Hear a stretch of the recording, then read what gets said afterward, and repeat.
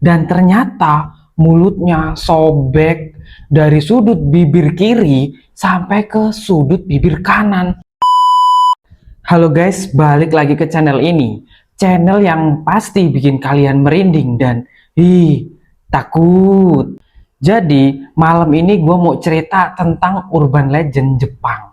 Ya mungkin kalian juga udah banyak yang tahu sih.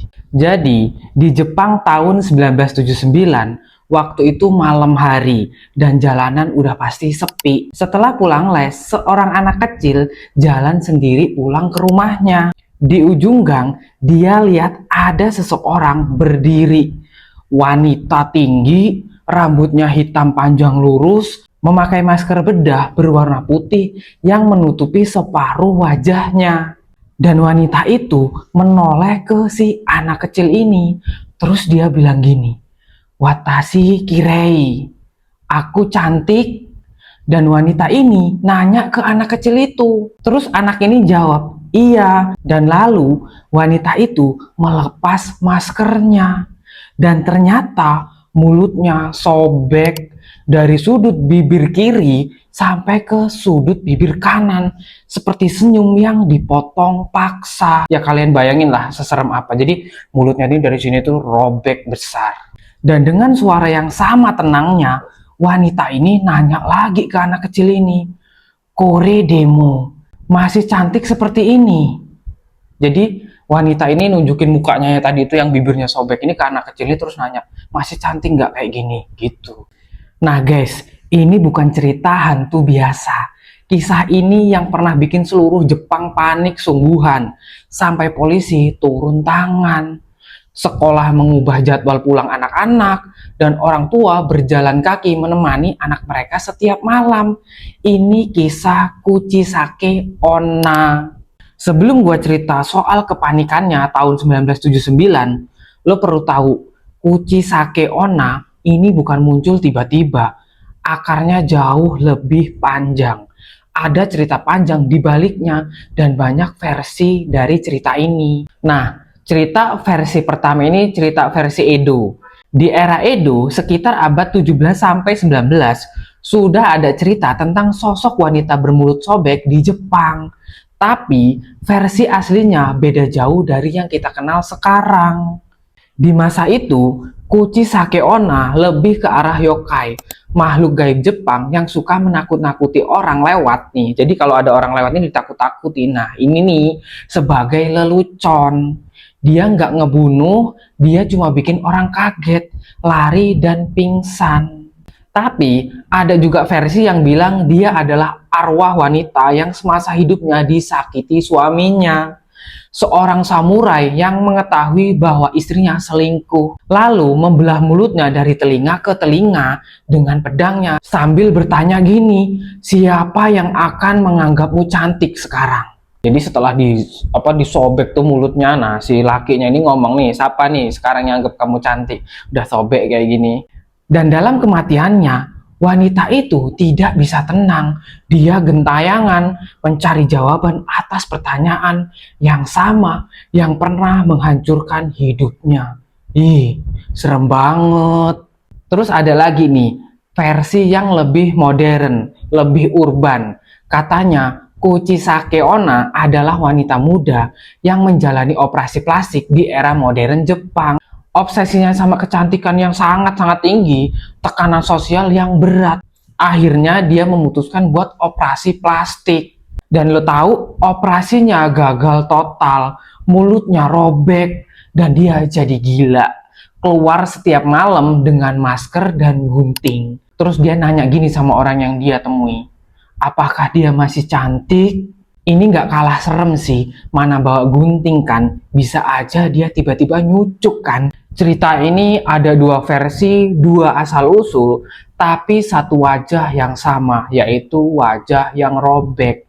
Mulutnya ding yang robek, bukan wajahnya. Akhir tahun 1978 di kota Yaotsu, prefektur Gifu, seorang wanita tua, dia keluarga petani, mengklaim melihat seseorang wanita dengan mulut sobek berdiri di sudut kebunnya. Cerita ini langsung menyebar ke tetangganya. Dari tetangganya udah pasti nyebar lagi, dan nyebarnya ini ke sekolahan. Dari sekolahan ke kota-kota berikutnya.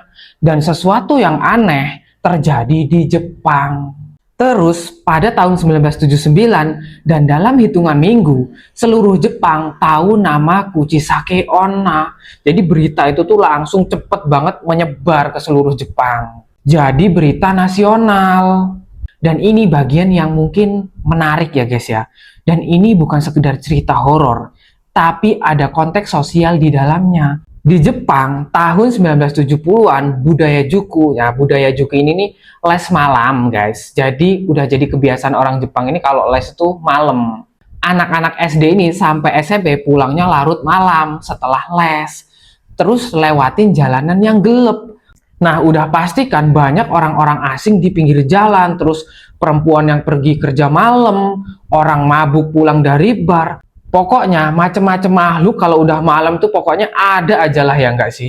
Kuchisake Onna ini, kalau kata para peneliti, dia ini bentuk ketakutan anak-anak itu yang terekspresikan. Orang asing di malam hari, bahaya yang tak terlihat wajahnya, dan ketakutan itu ternyata menular. Ya nggak ada yang tahu juga nggak sih? Ya bisa aja itu tuh hantu beneran ya. Peneliti juga punya asumsi sendiri lah, namanya peneliti kan. Udah pasti diteliti. Dan kalau ternyata ini beneran hantu, ya udah pasti bikin kita takut. Dan dari berita-berita itu, sekolah-sekolah mulai bereaksi nih. Guru-guru ini mulai nemenin anak-anak pulang, orang tua bergantian jaga di jalan. Beberapa sekolah mengubah jam pulang supaya anak-anak ini nggak jalan sendirian di malam hari. Terus, kalau polisi menerima laporan penampakan, mereka harus merespon meski yang mereka hadapi adalah rumor. Dan kemudian, sesuatu yang lebih gila ini terjadi. Pertengahan tahun 1979, polisi menangkap seorang wanita berusia 25 tahun di Himeji, Prefektur Hyogo. Dia keluar malam-malam pakai masker bedah dan bawa pisau. Dia ini berdandan dan bertingkah seperti Kuchisake Onna.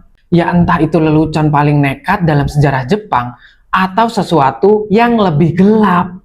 Polisi ini nggak pernah ngungkapin detailnya secara lengkap. Ya mungkin aja sih wanita yang nyamar jadi Kuchisake ini, ya dia itu tuh ngeprank kali ya, kayak cari sensasi gitu kali ya. Pumpung lagi rumornya lagi hype, nah dia oke juga nih kalau gue jadi Kuchisake.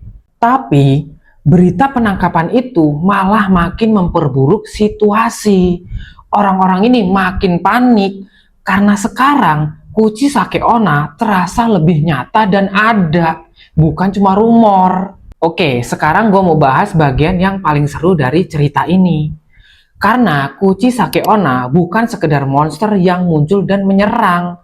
Ada pertanyaan, ada pilihan, dan setiap pilihan salah, apa yang bakal terjadi? Jadi, Kuchisake Onna ini biasanya ngasih pertanyaan kayak gini. Yang pertama dia bakal nanya gini. Dia nanya, aku cantik. Kalau lo jawab tidak, dia bunuh lo di tempat dengan gunting panjangnya. Tapi, kalau lo jawab iya, dia lepas maskernya, mulutnya sobek sampai telinga. Terus dia nanya lagi gini, masih cantik seperti ini? Kalau lo jawab tidak, dia belah mulut lo supaya sama kayak dia.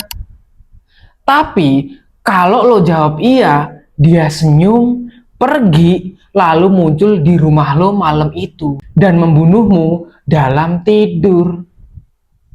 Astaga, ini hantu nggak jelas jir. Dipuji salah, nggak dipuji salah, nggak ada benernya pokoknya yang ketemu sama dia ini.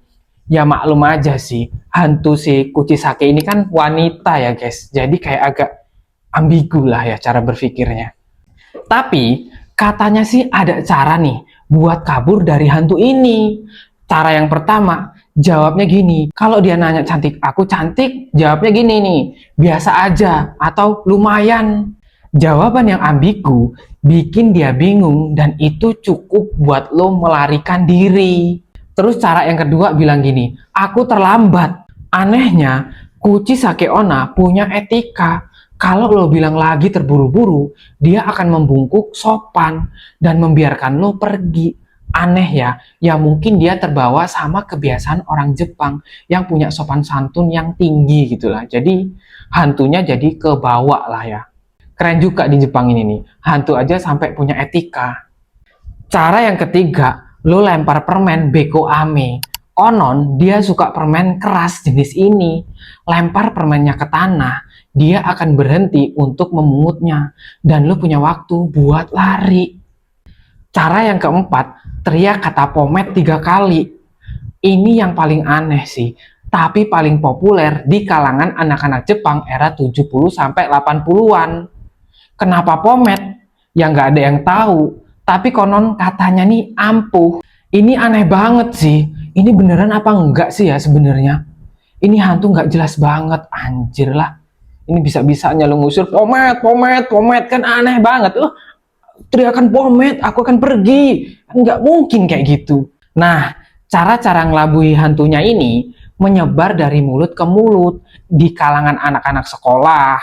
Nah, waktu itu kan belum ada internet ya, jadi ya nyebarnya dari mulut ke mulut gitu. Dari kota ke kota yang lain, lewat krem sekul, lewat obrolan di taman-taman bermain.